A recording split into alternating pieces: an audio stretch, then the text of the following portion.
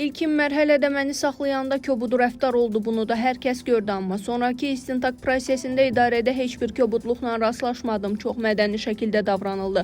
Bunu Müsavat.com açıqlamasında Ural bölgəsində yaşayan Azərbaycan diasporasının rəhbəri Şahin Şıxlinski azadlığa çıxdıqdan sonra deyib. Şıxlinski bildirib ki, o həm Rusiya, həm də Azərbaycan arasında münasibətlərin dostluq və qardaşlıq çərçivəsində davam etməsini istəyənlərdən biridir və bu proses üçün çalışanlardandır. Onu da qeyd edib ki, ondan Yekaterinburqda baş verən hadisələrlə Azərbaycan diasporunun ayrı-ayrı üzvləri ilə bağlı, həmçinin Səfərov qardaşlarının cənazələrinin Azərbaycana verilməsindəki iştirakı ilə bağlı suallar soruşulub.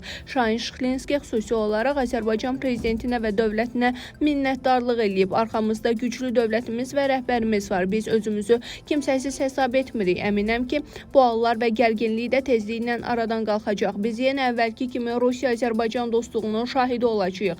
Bütün bu olanlardan araya qan düşəndən sonra belə bir dostluğu necə mümkün görürsünüz? Sualına isə Şıxlinski nikbin cavab verib. Bunlar da keçəcək. Rusiyada 2 milyondan çox azərbaycanlı yaşayır. Əminəm ki, hər şey yoluna girəcək. Xatırladaq ki, ötən axşam Şahin Şıxlinski və oğlu Mutvallı Şıxlinski vəhşicəsinə saxlanılmışdı. Bir neçə saat sonra isə əvvəlcə oğlu, sonra isə Şıxlinski sərbəst buraxılıb.